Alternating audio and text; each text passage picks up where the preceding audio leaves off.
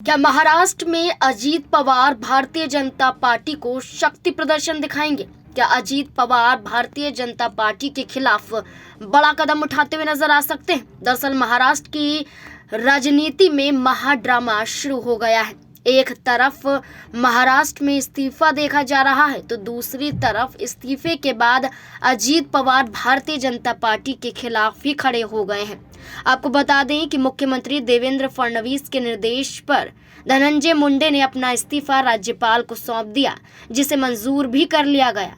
दरअसल जानकारी के लिए बता दें कि धनंजय मुंडे के इस्तीफे की वजह भीड़ जिले के सरपंच संतोष देशमुख हत्याकांड से जुड़े मामले को लेकर है।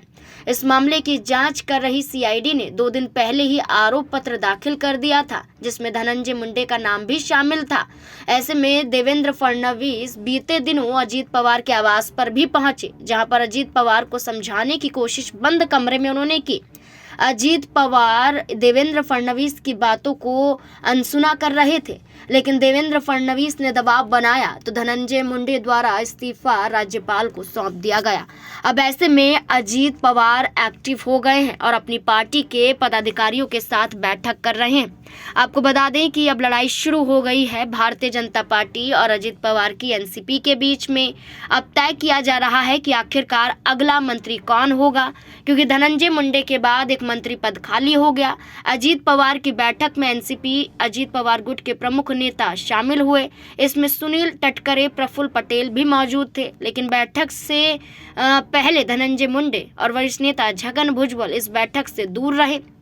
बताया जा रहा है कि धनंजय मुंडे स्वास्थ्य कारणों से अनुपस्थित थे, जबकि भुजबल की गैर मौजूदगी को लेकर अटकलें लगाई जा रही हैं। इस बीच चर्चा है कि नए मंत्री के रूपरेखा को देखते हुए अजीत पवार भारतीय जनता पार्टी से अलग हटकर एक बड़ा फैसला ले सकते हैं।